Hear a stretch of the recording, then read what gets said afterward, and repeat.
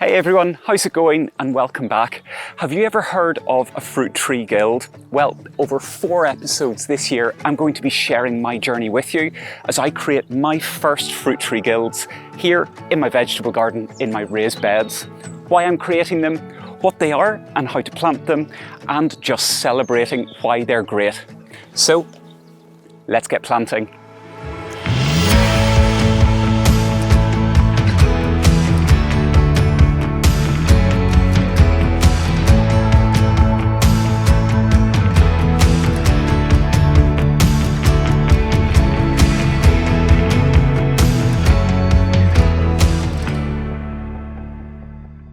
I'm starting a new project.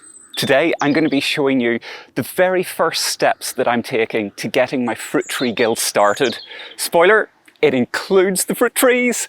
I can't wait to show them to you, and I can't wait to just do some gardening with you. And since I'm new to all of this, I've enlisted some help because, let's face it, 2 gardening heads are always better than 1, right? Maiju, from her channel Spuds and Roses, is going to be joining me all the way through the year, through each of these episodes, to share her, well, just wonderful fruit tree guilds. I really want, however, this episode to be about the why I'm putting fruit tree guilds into the garden, because in the winter, this really is a time where most of us spend a lot of our time, rather than out in the gardens, inside, thinking, dreaming and planning. This is where I'm going to create my fruit tree guilds in these 4 central L-shaped beds at the very heart of my vegetable garden. And that's because, if I'm being completely honest, for the last couple of years, these beds just haven't really worked for me. When I designed the beds in the centre originally, I imagined an area that was just going to be magical to sit in. In the first year, I had peas and salad crops and actually really a bit of everything really. Second year, these arches went in and I had salsify flowers, I had carrot flowers, and again, all sorts growing. But it just never came together in the way that I wanted. And I feel that even in the summer, it feels a little bit flat and a little bit sparse. I want flowers. I want edibles. I want fruit. I want it all. And I want it all in these beds so that this is going to be the true heart of the vegetable garden. Oh, and that is where fruit tree guilds come in. Back in the summer, I visited Maiju and spent a whole day in her garden, which really is just my dream mix of productive and ornamental growing. And she had these things that I truly had never heard of. Fruit tree guilds with really beautiful fruit trees. She had these, well, smallish beds, each with a fruit tree, and then the most gorgeous mix of flowering plants, herbs, perennials. And normally I come away with ideas from places, but they're really only ideas. Whereas this time I came away from Maiju's garden going, I want a fruit tree guild. And I was so clear in that vision that I really wanted to have that here. That's how impressed and, let's face it, blown away I was by it. So, what is a fruit tree guild? In a nutshell, it's a polyculture. It's a permaculture concept that refers to a whole group of plants that are intentionally planted around a fruit tree, like an apple tree for instance, to create a mutually beneficial ecosystem. Plants for pollinators, plants that accumulate nutrients or pull nutrients up through the soil, plants that ward off pests, plants that are productive in their own right. In other words, fruit tree guilds are basically a mini forest garden that can support the productivity and the health of the fruit tree, whilst also providing their own benefits like soil fertility, pest control and food production. The idea is that it maximizes the use of the available resources and minimizes the need for external inputs. Ultimately, moving towards a more resilient system that's going to thrive with less intervention. Plus, for me, I think they just look stunning. But my big job today is to get the stars of the show in, the trees themselves, because these were delivered only a couple of weeks ago. And I've been wanting to get them in for ages, but the ground hasn't been ready. And these are my bare root fruit trees. To get prepared, each of these 4 raised beds has been mulched and given TLC to within an inch of their lives. Each one has been weeded for starters, then mulched with a really thick layer of cardboard to help suppress any new weeds, and then a generous layer of both manure and compost has been added. If you haven't already seen my video on how to prepare your own veg beds, it's actually not too late even though it's late winter. I'll link it up here if you want to watch it. The big thing is I want these beds to be the very best that they can, so I think they deserve to be treated like royalty. And each bed is going to have an apple tree in it. And I've chosen 2 really lovely varieties. And I've chosen them because actually they mean something to me. These are actually the 2 varieties that Maiju had in her garden. As much as flavour or whether a plant is native, etc. is important, so is how it makes you feel. And I've picked these because they remind me of what was just such a happy day and a garden that I really aspire to. The first apple that I've gone for is called James Grieve. It's an apple cultivar that originated in Scotland. It's a dessert apple that's really sweet and juicy. The apples, when I've seen them, are greenish yellow, but they have this sort of flush of red and orange. When I saw them at Maiju's, they just looked beautiful. And to me, they almost looked like gold. Then the flesh apparently is nice and firm and crisp and has a little bit of sweetness and a little bit of tartness. So I think these are going to just be perfect. So I'm going to get the first one in this corner. So I better start digging a hole. The reason that I've had the apple trees for a couple of weeks and haven't planted them yet is because I wanted to give the cardboard time to wet and for the beds just to settle that little bit. I had a bit of a concern that if I didn't do that, I was going to struggle to get through all of the cardboard layers that I've made. When I'm planting the trees as well, normally if you're planting a bare root tree, you're going to dig the hole, then you're going to put a stake in it, ready to tie the tree to. And then finally, just before you put the tree in the hole itself, you add a load of nice fresh compost and organic matter. The advantage of having mulched the bed so thickly, and you can see quite how much great organic matter I've added, is that once I get the hole dug, and I'm going to use a spade, don't worry, I'm not going to be using a hori for it, is that I can then push some of this material back in, incorporate it in, and then put the tree into that hole, and hopefully it's going to rocket away.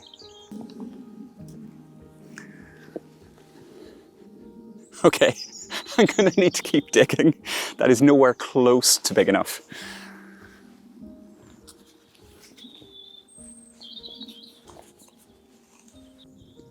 You'll see that as I'm planting, I keep popping the tree into the hole. And the reason I'm doing that is for 2 reasons. For starters, I want to check that the hole is simply going to be wide enough so that the roots aren't going to get constrained, because you don't want to crush the plant into the planting hole that you have. But the other thing is I'm looking at the planting depth, and it is really quite important that you get that right.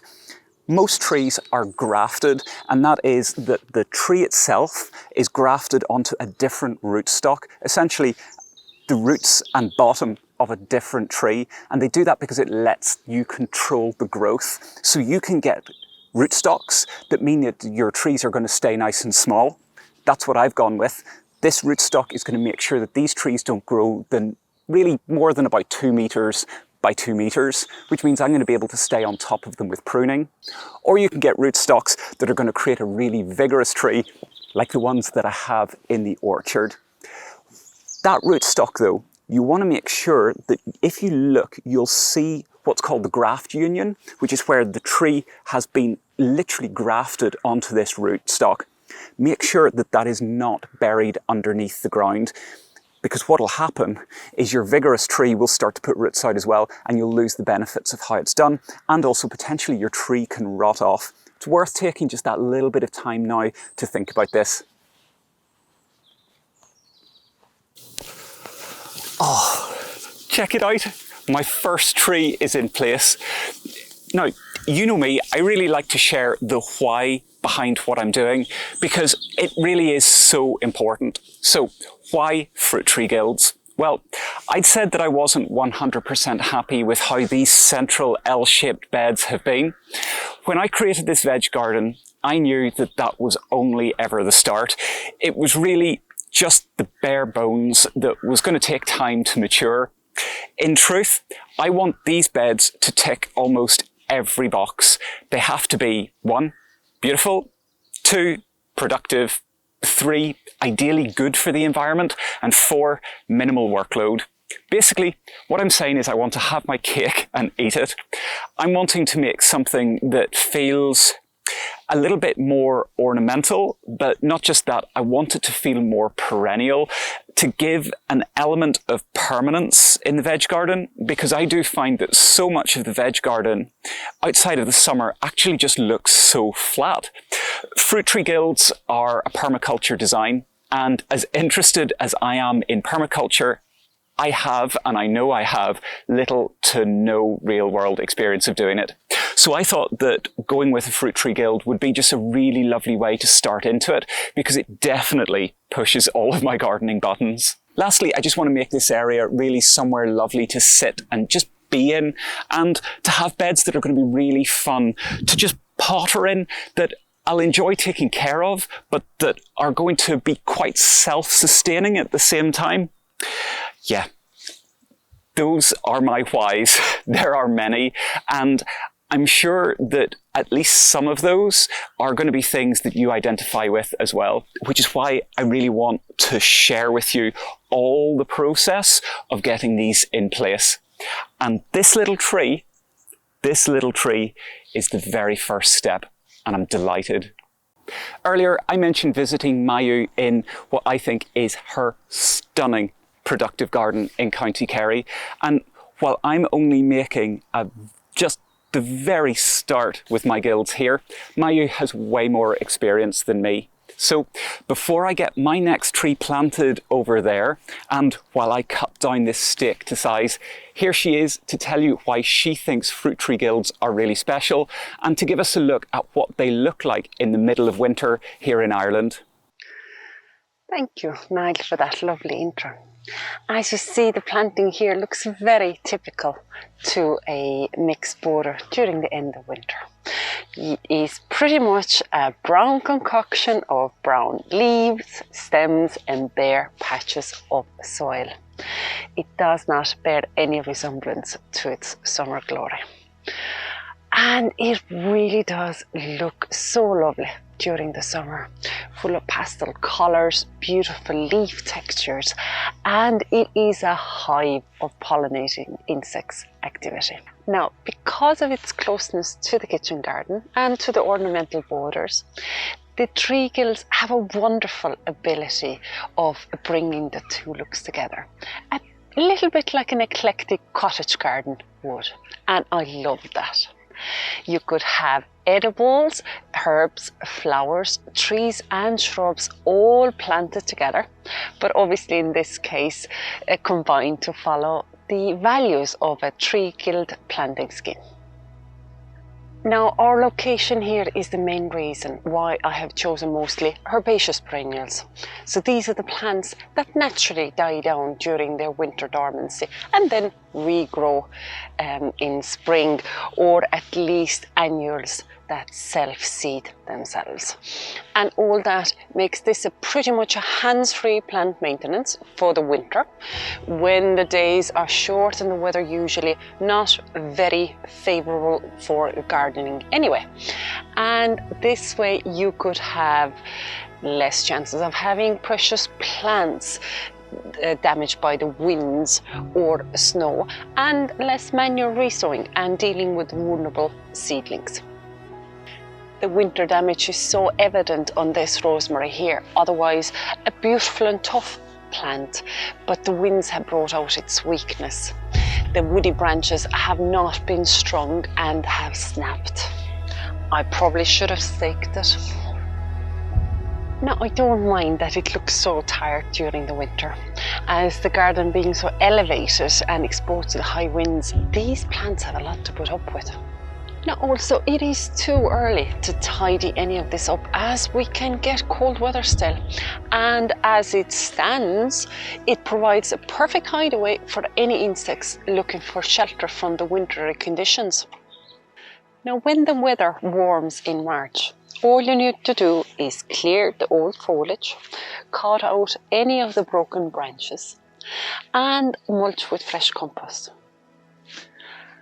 And at the end of the day, seeing them regrowing in spring, seeing that they have made it through the winter, makes it that little bit more special again, and brings you a bit more closer to your plants, I feel. I think it's really cool to be able to see what something more established looks like ahead of time from someone that clearly knows what they're doing. And it's great to see Maiju's fruit tree guild. I can't wait to see whether I can create the same. If you don't already know Maiju or her channel, Spuds and Roses, make sure to head across and show her your support by watching her videos and most importantly, subscribing to her channel. It's linked up here. Go across. I think you'll really enjoy it. So, this bed is in a way a little bit more tricky and in a way quite nice, and it's because compared to the previous bed, this already has quite a few plants in it. Last year I thought I would make one dedicated herb bed and it didn't really work out. I didn't love it. So I've removed a lot of things, but I've kept the best of the things. I have in here a lovage plant that has died back, so I need to make sure that that can come back. Realistically though, it's going to be too big for where the fruit tree is going. So once it starts to come through, I'm going to have to dig it up and move it. But what I have done is I've left some plants that I know are going to be complementary and that will be nice to keep here in this fruit tree guild. Like for instance, this rosemary. This is going to be perfect. And I know that Maiju has a rosemary in her own fruit tree guild. We've got a sage and a little thyme, and we've got also two little Santalinas, or like the curry plant. You know, if you squeeze the leaves, they smell like curry. So I'm going to leave those in. And I also have a rather sickly looking calendula. These beds do still have some calendulas that have made it through the winter, which is pretty crazy given how cold it was before Christmas. And since they've made it through, it would be a shame to get rid of them. I'm going to cut them back and see if they develop, because then I'll get some early flowers. But let's talk about the next tree that I have selected. If the first two trees were James Grieve, well, the other two that I'm planting are Discovery. This is an apple that was developed in the UK in the early 1940s, and it's known for that really sweet, tangy flavour and a really crisp texture when you bite into it. The apples, though, are bright red in their skin with yellow and green highlights, and then the flesh itself is meant to be really juicy. Now, funny, I've heard that the flavour has actually been described as having hints of strawberry, so I think it's going to be really nice. So in alternating corners, 2 James Grieve apples and 2 Discovery apples. So just like the last one, it's time to get planting and get this lovely little tree in so it can start growing. 2 apple trees are planted, staked, and I think they just look fantastic. They've got the best chance of success now, but I still have another 2 trees to plant. This really just feels like such a brilliant first step. You can see the structure starting to form, and really a fruit tree guild isn't going to be a fruit tree guild without some lovely fruit trees. I can't wait to see how this develops over the year, and you're going to come along with me for the whole journey, and we'll find out together whether this works and how it turns out, for better or for worse. Please do leave me your comments down below. I love hearing from you, and let me know, do you have a fruit tree guild? If you do, have you got any hints and tips to share? If you don't, do you think you're going to try it now that you've seen me trying it? Let me know. I really do love hearing from you. I'm going to crack on getting these other 2 planted, and while I'm doing that, check out this video for some more great gardening content, and until next time, see you later.